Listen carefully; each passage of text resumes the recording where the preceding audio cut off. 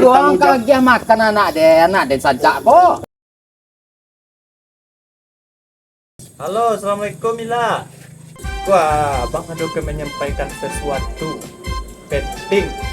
Jadi penting dari duit Bang Lai. Jadi penting dari yang mau Bang Lai. Aku si kode. Jadi lah ya. Cepet ya. Nah, assalamualaikum. Yes. Balon dan caro kamu nembak ya kode. Lah, mau jadi pacar Wak?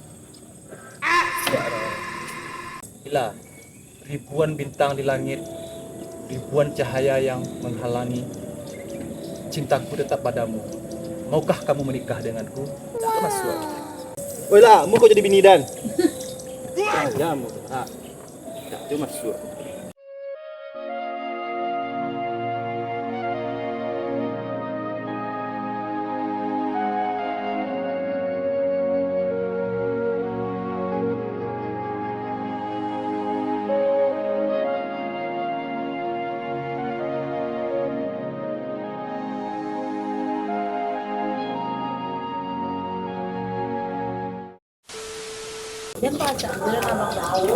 Astagfirullahilah.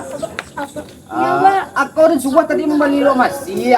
Ewa cewek kok kami kau nampak dari kau. Nampak kau jangan mandi kau untuk disambak. Aku sambak bet kau. Kalau ngasih aja dimakan kucing, Mbak. Makan kucing kau mengaku rumah kau.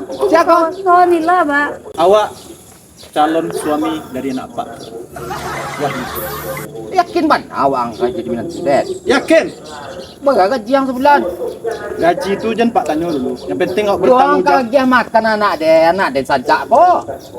Awak Kalau anak den kau petang kau dah sabi pakai tumer, pakai ko banyak ada banyak 8 nyawa mah. Tapi kok tipu tekah kau bantu. Baju kanakan den nang kang pakai bantu aku mah. baju awak. Jadi petang kau ke membawa senu tu.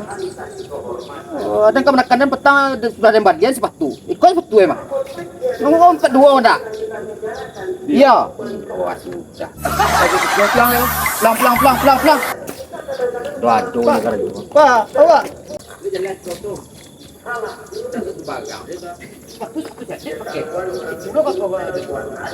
Tahu deh Ila dong, aku nanti modal ya. Petang sare kau banyak nah. Iya, ini pilihan Ila dong, Pak. Tidak. Ini udah. Ada dalam. Betul lah awak. Dek. Waktu bisa tu menjawab. Amak awak mengalih kulit alam. Tak tahu depan nak. Aku noleh ko.